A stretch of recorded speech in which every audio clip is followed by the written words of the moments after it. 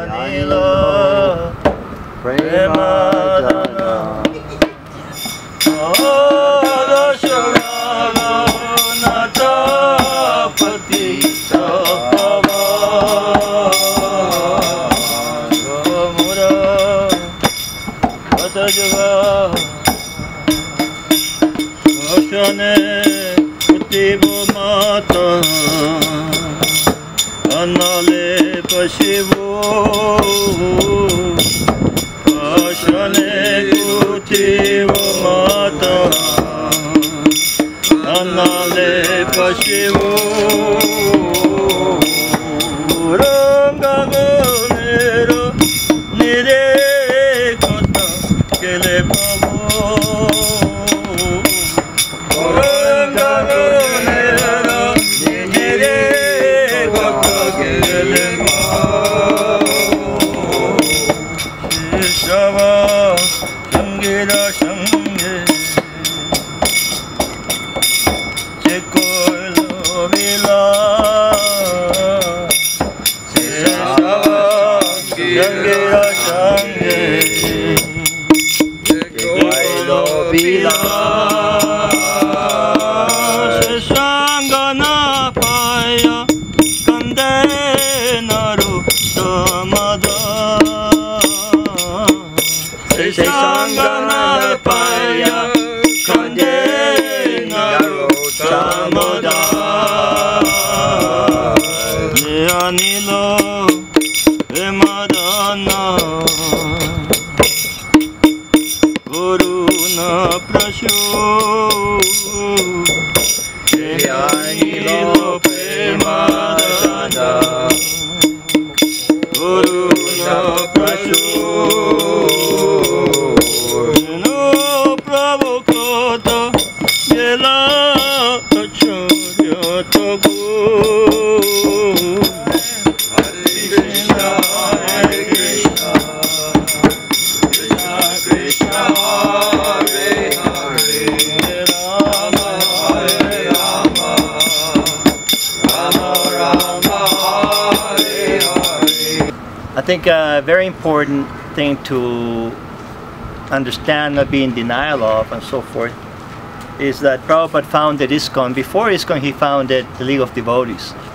And he founded this institution and then later ISKCON for the reasons of stegosti, that means spiritual communication, that means open discussion, addressing controversial topics, allowing everybody to express themselves. And then he said that he wanted unity. He used the word unity, together, and Sankirtan, and was 4 of the 7 reasons for ISKCON. You know, there's 2 types of people. There's the humanistic and pathetic type, and then there is the competitive, dominating type, right? So Prabhupada explains that unless you have, he said that competition is very good, but unless you have a stegosti, in other words, very good spiritual communication, the competition will turn into anger and efforts to dominate.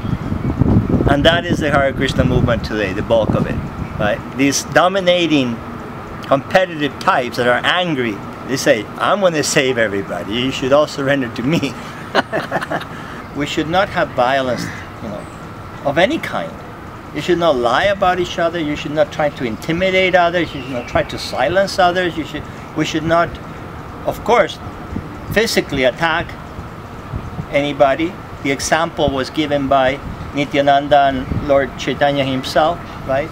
That when Nityananda was hurt by an earthen pot thrown by Jagaya Madai, Lord Chaitanya was ready to kill. But Nityananda said, no, that's not our philosophy. We're supposed to kill the philosophy. To kill the body is easy.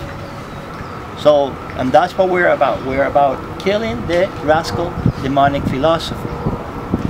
So, we're proposing with this memorial of Sulochan Prabhu, who passed away, killed violently 32 years ago, that we all agree on this point. No, at the very least, no gross violence. That way we can identify anybody that uses gross violence, that he's out of the culture. He belongs to the Vedavata Rata culture, not to the Krishna consciousness culture. And if we do this, we'd probably be the only entity in the history of the world that they have agreed not to ever use gross violence against each other. And Prabhupada will be very pleased with that. And this is the Chaitanya movement. Let's start thinking about true progression. Not just position, money, properties, with no feeling. Krishna consciousness is about feeling of the heart. This book is extremely important. The book that you have written. It's extremely important. Very well researched, very well written. And every devotee should read this book to get an idea of the history, the philosophy, and very importantly, who is who in this movement. We are way behind. It's been 32 years. Srila Prabhupada would have asked us to do this practically immediately, I think, after Sulochan was murdered. 32 years. I don't think, perhaps not one person had a moment of silence for Sulochan Prabhu, but to speak collectively. So we're doing the right thing here, and devotees are appreciating it. They're going to take it up. It's going to continue year by year, and we're going to please Prabhupada, and that's the secret in the spiritual life. You please the spiritual master, that's it. You're off the hook. You're on your way to Krishna Loka. Thank you all for coming, and all glories to Srila Prabhupada and Sulochan Prabhu. Hare Hare Krishna Prabhus, all glories to Srila Prabhupada. We are here today to commemorate one of our god brothers who fought against corruption and was killed because of his threats, which he attempted to expose some of the immoral and criminal activities which were going on in the movement at that time. He was far from a perfect example of a devotee, and he had plenty of faults. But he did love Srila Prabhupada. I believe that. Nothing that he ever said ever disagreed with his spiritual master like that. And he also was very dedicated to exposing that corruption, which ended in his death. So I would like to ask all of you to, there's two points, two facets here. One is that we do want to maintain some kind of purity, all right, and following strictly the instructions like that. But we also have to understand that we're all God brothers, all right, and we may disagree vehemently on certain aspects, whether they be philosophical or practical, all right, and that's okay, that's all right. But at least for this time, I don't see any reason why we can't get together and chant together in kirtan and embrace each other and offer obeisances to each other, just like the Kshatriyas that were fighting in the Battle of Kurukshetra. They were mortal enemies, all right, but in the evenings, after the fighting was done, they would often get together for dinner and to drink and to joke and to you know, just associate with each other. So I would like all of us, no matter what our differences are, to be able to come together and see that, you know, Super Soul is in each person. I'm not saying we shouldn't give up our battles, all right? You know, because each person is kind of committed to what they see as correct, all right? But I would be very happy if we could also put ourselves into each other's shoes and see, well, they think the same thing, and maybe we don't have to kill each other anymore about that. Hare Krishna. Hare Krishna. So we are gathered here at this very auspicious month during the month of Purushottam, where devotional activities are giving much more benefit to all the different devotees. And now we are here as a memorial service. So memorial means memory. We're trying to remember Sulochan Prabhu's service, all the good that he did, the best of his service, and all the members of the Hare Krishna movement should be able to relate to this. All the mothers and fathers, all the farmers and working people you know, students, pujaris, just everyone. And we are praying for Srila Prabhupada and Lord Chaitanya's mercy to help us push forward the Sankirtan movement. It's like Lord Krishna says in the Gita, Pritvarnaya sadhunam vinashaya chaduskritam. He comes to bless the devotees, the sadhus, and to destroy the demoniac.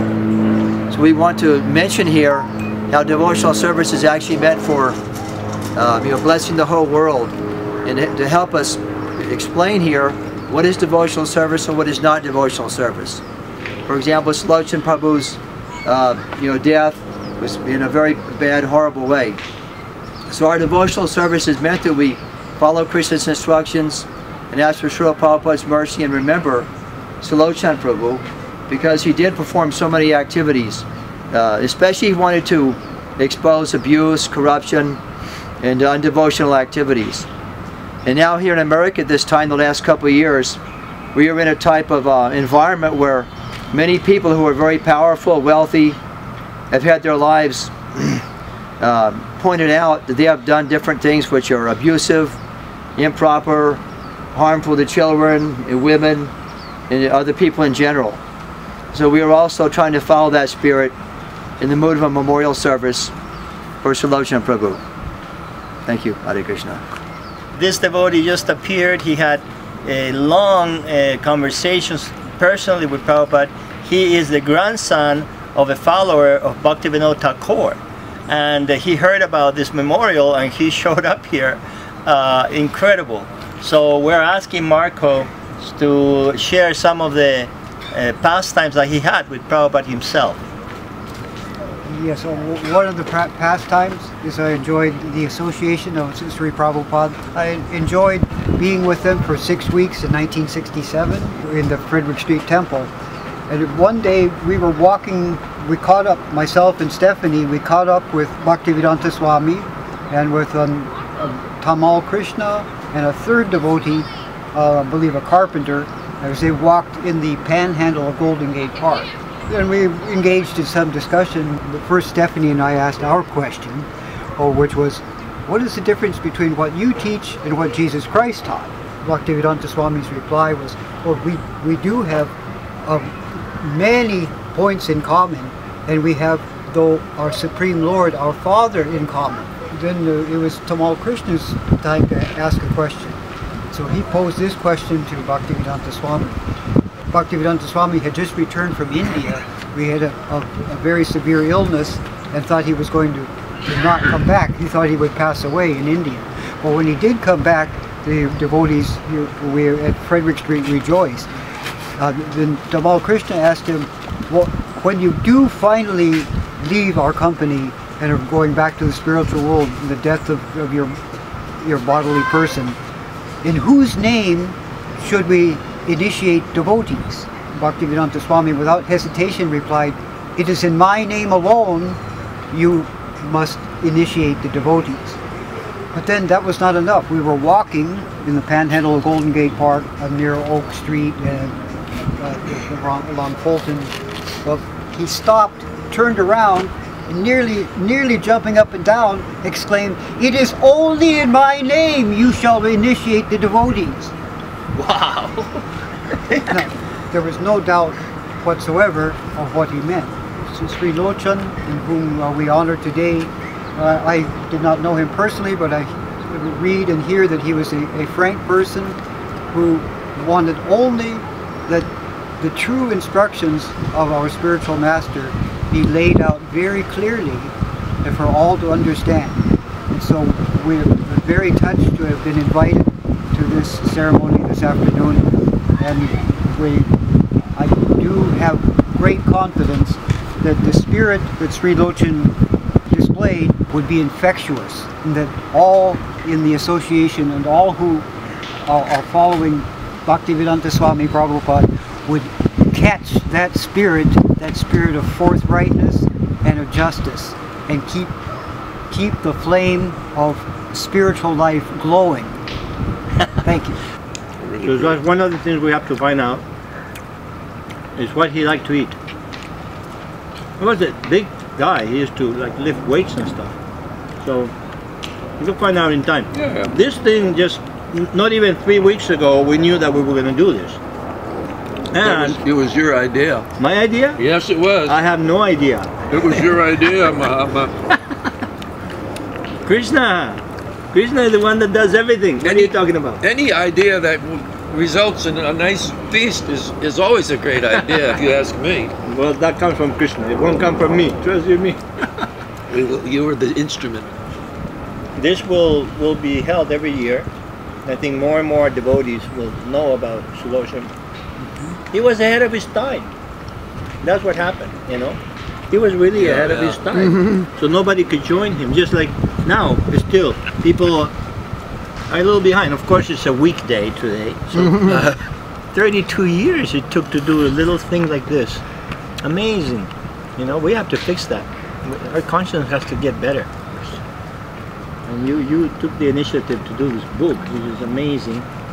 So I think that this will be the birth of something new that is honorable. We have to let them know that we're not after reopening the trial and making people suffer and all. No, we're not into that. You know, instilling fear. No, you know, we already discussed that. We are into honoring the truth, honoring Sulochan for what he did, and the truth will help everybody, including those that are in denial now about these things. Eventually it's going to help them, and it's going to make things better for everybody. Now, You're a preacher, I could tell. what is that, a preacher? You like to have a captive audience listening to you, and especially a quiet audience, because we're eating now, you know, and my mouth is closed, but Right, that way you cannot respond back. I have to listen. You just have to listen. It's And all right. accept. By the way, Sulochan was very, for what I gathered, you know, from devotees in your book, he loved humor. And he made devotees laugh all the time. Puranjana told me that they used to laugh like anything, the two of them. Well, the same with Bhaktivedanta Swami.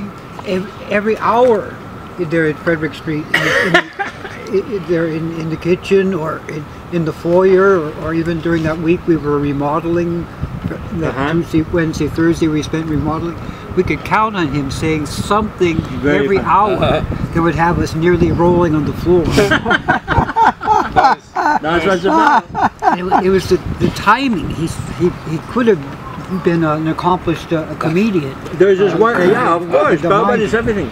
A man leaving the lecture there one Sunday afternoon on Frederick Street in San Francisco in 1967. This would have been August or September of 67. And the man said, well, I don't think I'll be back. I don't really go for organized religion. With perfect timing, then Bhaktivedanta Swami stepped up and said, oh, please come back. You'll feel comfortable because we're very disorganized here. I'm not a scholar, I don't know Sanskrit, this and that, but there's things that stick to my mind. A more advanced devotee is somebody that is equal to all, no? Whether you have money or you don't have money, you don't care. Whether you're a famous person or a beggar on the street, you don't care. He's equal to all. That's one quality. Two, he's friendly to all. Oh, yes. Friendly to all living entities, right? And he is jolly, happy, cracking up, you know, smiling, laughing, cracking his joke. Prabhupada was very humorous, right? It was just off-the-cuff humor, you know. Every hour in the hour you could count on it. He did not ever sit on a vyasasana. You would only see him seated on a big pillow. It was a very ornate, comfortable. elaborate pillow, but we were all at eye level. Yeah, exactly. Everybody was equal. Actually, when I first walked into the temple, having been invited there by Shama Sundar, who had been going up and down the sidewalks inviting everyone to a vegetarian feast and a lecture. So when I finally showed up at 3 p.m. on a Sunday, I opened the door and I saw a man up on a stepladder with a pipe wrench in his hand. He was tightening a steam pipe. Well, when the man on the stepladder came down, he introduced himself saying, my name is Bhaktivedanta and I'm the Swami here. No, he was repairing a steam pipe with a pipe wrench, a big old pipe wrench. Now, there was no one else assisting him. So when he invited me to sit here, please sit here and read our holy book, the Bhagavad Gita, and we also have copies of a magazine called Back to Godhead. Right. Because you were 2 hours early for the lecture, but then we'll let you know when the lecture's about to begin. That was my introduction to Bhaktivedanta Swami Prabhupada, up on a stepladder with a pipe wrench in his hand, which let me know. Do you expect him to be the one sitting on the pillow later on to give the lecture? Oh yes, because he... Oh, you did, because you knew he was, everybody knew he was a holy man. Yeah, he said, my name is Bhaktivedanta, I'm the Swami here. So, right from the get-go, I knew who he was. So, You said that Prabhupada, he used to serve the prasadam to the devotees personally. Oh yes, there was this most delicate finger food that I've never seen prepared ever since then. There were 5 or 6 devotees in the serving line, serving us, because maybe 40 to 50 would be in attendance on any given Sunday. But then my question is, what did Bhaktivedanta Swami, what did he himself do while the prasadam was being served? Well, I saw the answer with my own eyes. He himself joined the serving line as one of the servers. Yes. We have to learn that, huh? I was sitting expecting all of you guys to serve me. I understand that late in his life, Prabhupada would talk sometimes about the early days in New York at 22nd Avenue and also at Frederick Street. And from what I read, those were very happy days. He said, very happy days for me, and you can imagine, because it's like a family. It's small. Everybody knows each other, Yes. And you don't have in a big company. You have like all sorts of demanding things going on, But a smaller family, it must have been very, very sweet. In certain things, once you get a big company together, you can't do. It's very more difficult to do that, once you have a hierarchy. In the beginning, it was like you said, you're sitting at the same level, but with a big organization, it's. And I'm not saying that it's not a good thing. I'm just saying that things change when huge numbers of people are becoming involved. You can't. It's difficult to get that same intimacy, but you still have, if you follow, you still get the same result, which is love of God, like that. Jayananda Prabhu, who is only confirmed by Prabhupada's Siddha, or perfect devotee, right? He said he was my ideal disciple. He is the one that gave the first $5,000, and before he passed away, he sent Prabhupada another $5,000 to print books, right? And Prabhupada wrote a long letter and said at the end, there's no doubt that he went back to Krishna Loka. And you should follow, he was my ideal disciple, and you should follow his example. He didn't say that about anybody, right? That has to be clear. And on top of that, he said, you have to put his picture in the Rath Yatra. Every Rath Yatra festival has to have Jayananda's picture by order of Prabhupada there, right? But not only that, he said, Jayananda's must be in the Vaishnava calendar.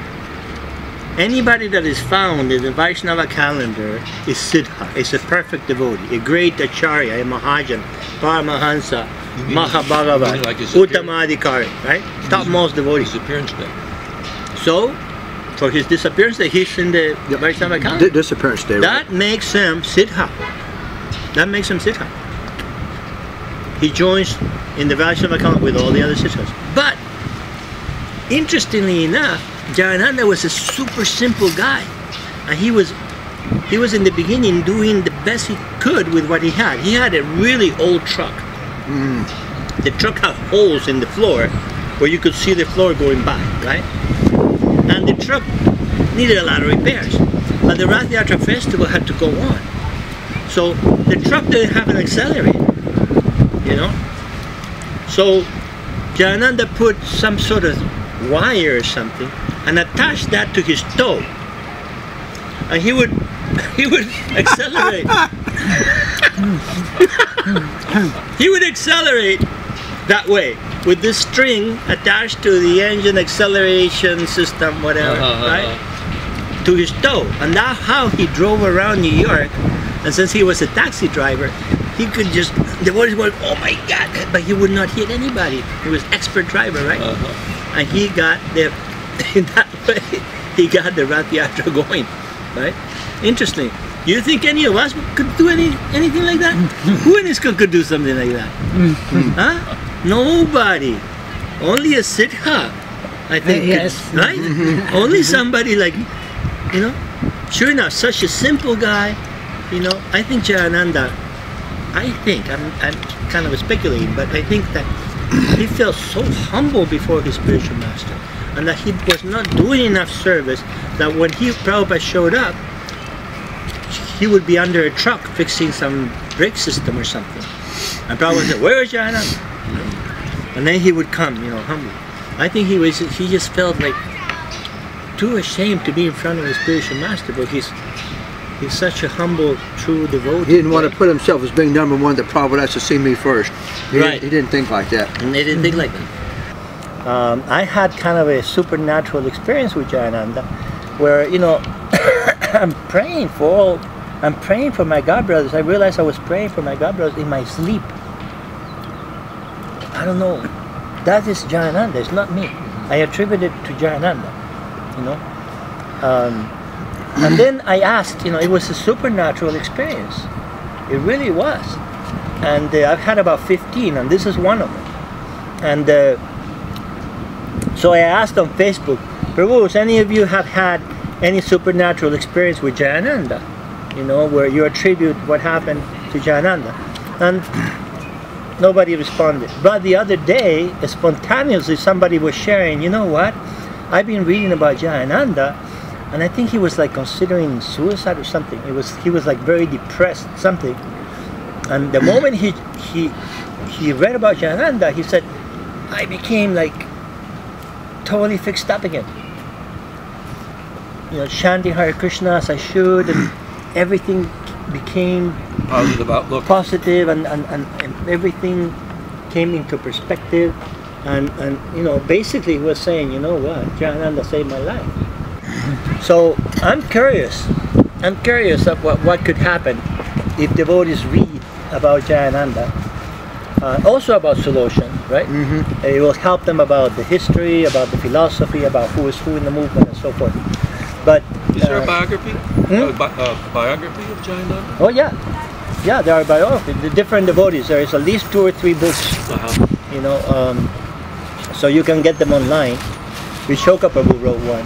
You can get them for like $8 or something. And so I think that it's time to follow the instruction of Prabhupada that said that all of us should follow the good example of Jayananda Prabhu. When they're looking at each other, Jayananda and Prabhupada, it's amazing. It's like they're totally like connected, that they're moving this movement forward, the two of them. That's the impression that you get. It's a very personal, intimate, like, relationship. You know, that you don't see Prabhupada looking into the face of any other disciple like he did with Jayananda Prabhu. I want devotees to consider in studying about Jayananda and see what happens in your life, and share with the rest. Hare Krishna, Hare Krishna, Krishna Krishna, Hare Hare, Hare Rama, Ram Ram, Hare Hare. Sulochan Prabhu ki Jai! Sulochan Prabhu ki Jai! Sulochan Prabhu ki Jai! Prabhupada ki Jai! Prabhupada ki Jai! Prabhupada ki Jai!